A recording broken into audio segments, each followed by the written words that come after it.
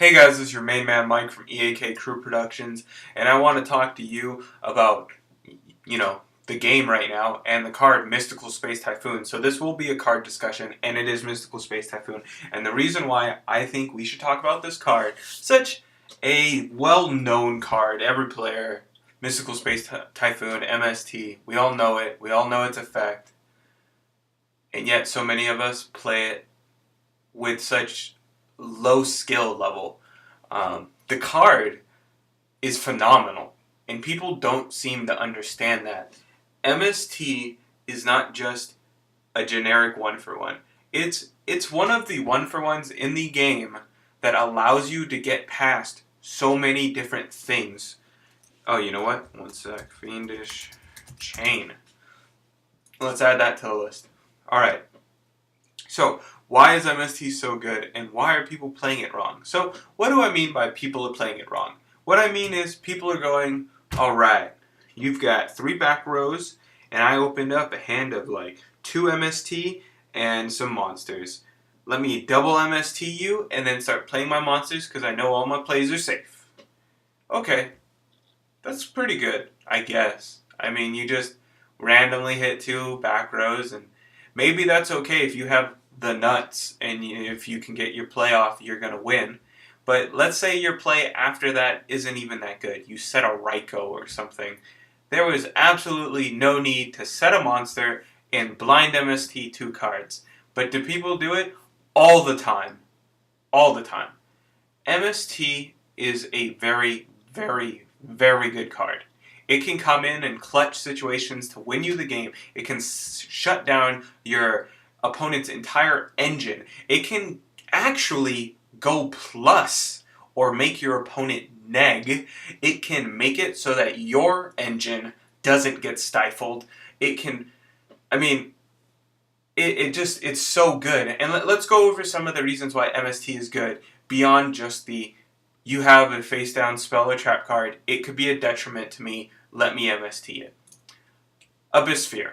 Alright, so we all know what this card does. They flip it, they get the Linde, you either destroy the Linde with your monster, or end phase, the Linde gets destroyed, and they get out the Megalo or the Lead. Or the Stus, if they really want to. But, MST, which is a power card, don't think it's not, it's a power card that you're allowed to run at 3 in your deck, you should be so lucky. If you chain MST to the activation of an Abyssphere, they don't get to grab their Linde because it's a continuous trap card, so you end up going 1-for-1 with them.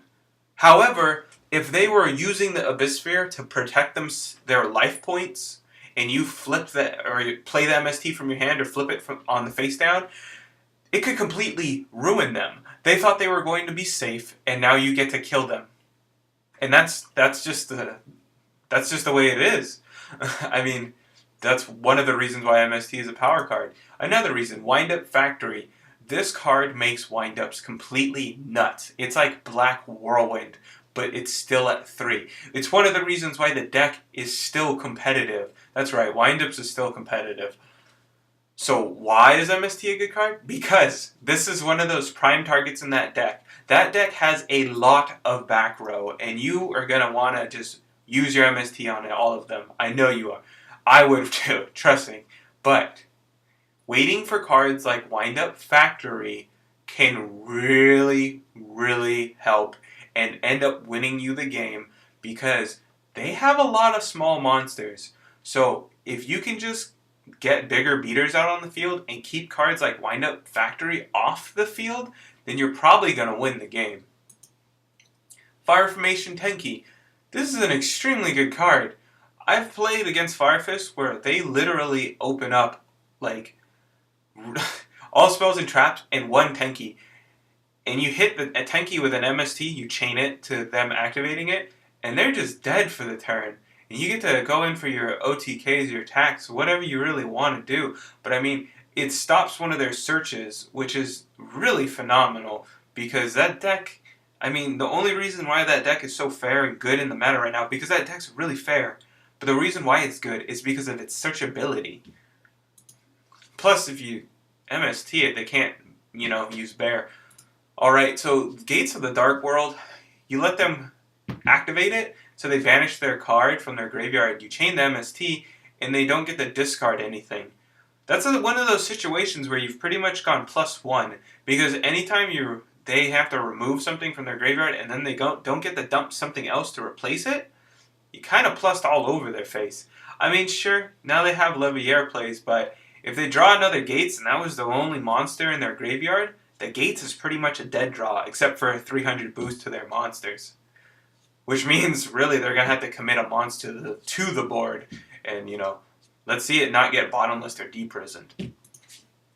Macrocosmos. Let's say you're playing water or fire or plants, and you just start MSTing all their back row, and then they flip the Macrocosmos. Probably going to be game for you. If they have any other strong cards, they're probably going to just wipe the field with you. However, or you could even be playing into sectors, and they're probably going to beat you now.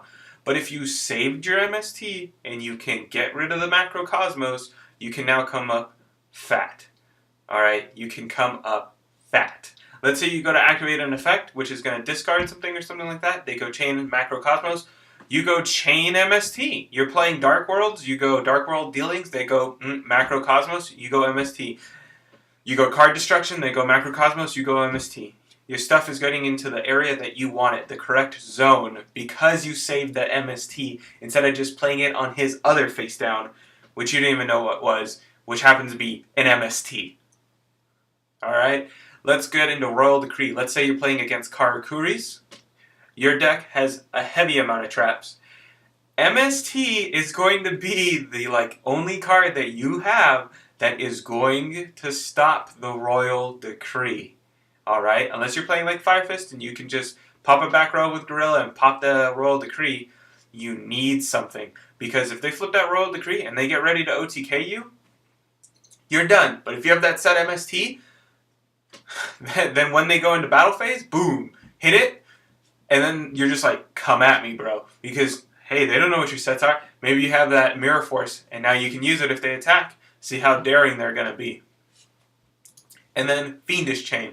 You just saw me add the card. It's a great card. You go Tour Guide, they go Fiendish Chain. You go, oh, boo-hoo, I wasted all my, now I don't get to have my Tour Guide search for another Tour Guide and go into an overlay. Wrong. If you have the MST, which is the power card in your hand, hit the Fiendish Chain, going 1 for 1, allowing you to get your Tour Guide, which is a +1, then going back into the no advantage, but for like a Zen Mains, which is going to be getting you advantage all day long.